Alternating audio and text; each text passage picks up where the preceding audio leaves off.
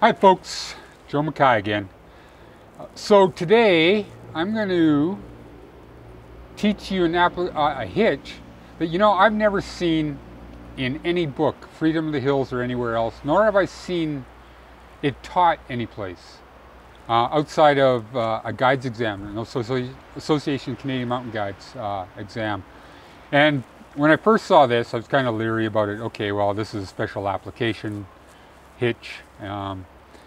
And then as the years went by and I got more familiar with it, I started to use it more and more. And then towards the end of my full-time guiding career, I was using it exclusively, no matter what kind of weights I was dealing with.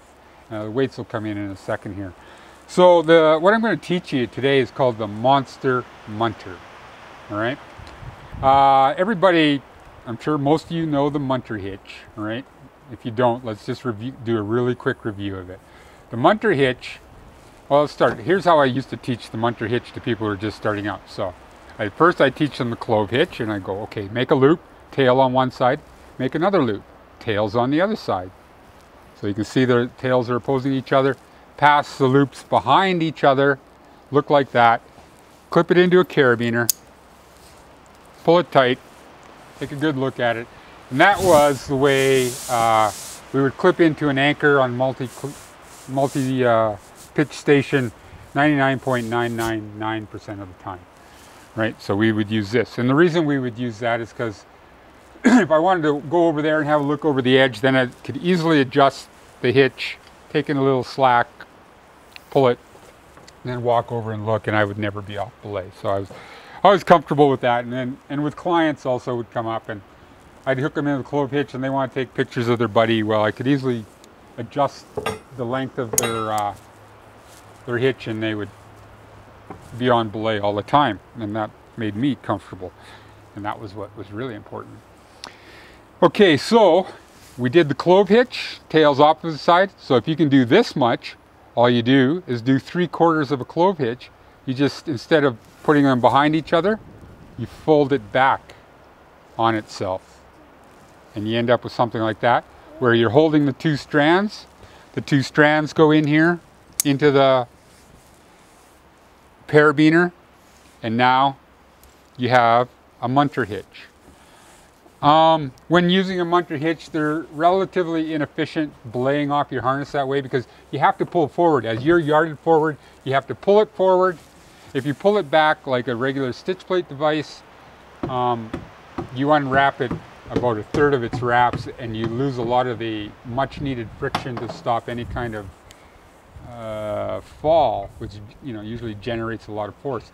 And I want to give you a warning here because as much as you think your gripping power has in there and as tough as you think you are, you can pretty much cut what you think you are in half, because tests here in Canada and in Europe have shown that it doesn't take too much of a fall to generate some force, and next thing you know, that thing is zinging through your hands, and then you have to make a choice whether you want to burn your hands or drop your buddy, and you haven't got much time to think about that. Okay, another thing is when I'm lowering somebody or I'm bringing somebody up, I have my anchor. I kind of like to have the focal point of my anchor about shoulder level. That way I can just bring them up, and I'm pretty comfortable doing that. And then if somebody falls, I can just hold on to this and it's no big deal. Same when somebody's being lowered, they can just get lowered. I can hold on to it. Or probably hold on to it with both hands and just feed the rope in, because I'm going to have to manage my pile of rope. The reason for that is when we use this particular hitch and it's loaded and I'm lowering somebody, because of the design of these kern mantle ropes having the sheath and then the inner core, it isn't long before we start pigtailing these things, and after about 15 meters, you're spending as much time managing your pile of rope trying to twist the pigtails out as you are lowering somebody, okay? And so let's talk about the Monster Munter. Now the Monster Munter, to me, when I first was introduced to me, was the ultimate in rescue hitches for lowering somebody. And the reason is It's just two Munter hitches over top of each other. That's right, two Munter hitches over top of each other. So it would provide a huge amount of friction, about 4 times as much friction, so that even if you had 1 or 2 or even 3 people, you literally had to feed the rope into your pair carabiner to get them to lower, right? And so if you're in a rescue scenario, when you got, you know, you're lowering one person and they have a stretcher and a victim or with them, and you're lowering them down with a Munter hitch, that's really difficult to manage. You're going to be literally having both hands on here, and you're going to have a prusik on there attached to your harness in case you can't manage it. Then you're not going to end up losing the hitch. Okay. Okay. So with the Monster Munter, we start as usual. We just take a bite of rope, and in this case, we create a Munter hitch, clip it in to our pair carabiner. All right. Now I pass the loop behind itself, through itself, and you have something that looks like this. Right? It's pretty awkward looking, but it's a great knot. Let's just lock it, because even in demos we always lock our pair carabiner. Now the Monster Munter has a double flip, so if it gets pulled in one direction, then the other, it does 2 flips instead of 1. So you know remember the old Telltale Monster or the Telltale Monster flip?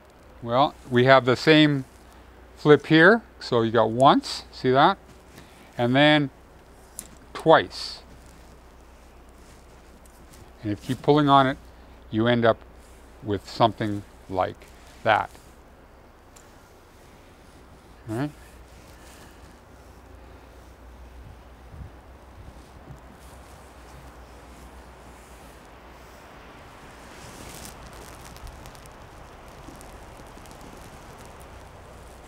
Now, the number one advantage of this, well, 2 advantages. It gives you the added friction so that you can confidently just lower 2 or 3 people, no issue.